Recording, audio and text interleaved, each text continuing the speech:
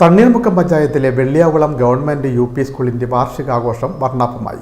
ധ്വനി എന്ന പേരിലാണ് വാർഷികാഘോഷം ഒരുക്കിയത്. നടനും തിരക്കഥാകൃത്തുമായ സുനീഷ് വാർനാട് ഉദ്ഘാടനം ചെയ്തു. വെള്ളിയാകുളം ഗവൺമെന്റ് UP സ്കൂൾ 109ാമത് വാർഷിക ആഘോഷം ധ്വനി എന്ന പേരിൽ സ്കൂളിൽ ആരംഭിച്ചു. വാർഷിക ആഘോഷം പ്രശസ്ത തിരക്കഥാകൃത്തും നടനുമായ സുനീഷ് വാർനാട് ഉദ്ഘാടനം ചെയ്തു.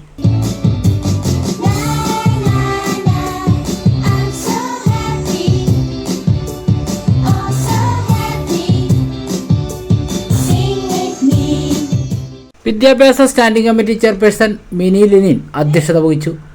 പ്രധാനാധ്യാപകൻ V. സന്തോഷ്, പ്രവീൺ G. പണിക്കർ തുടങ്ങിയവർ സംസാരിച്ചു.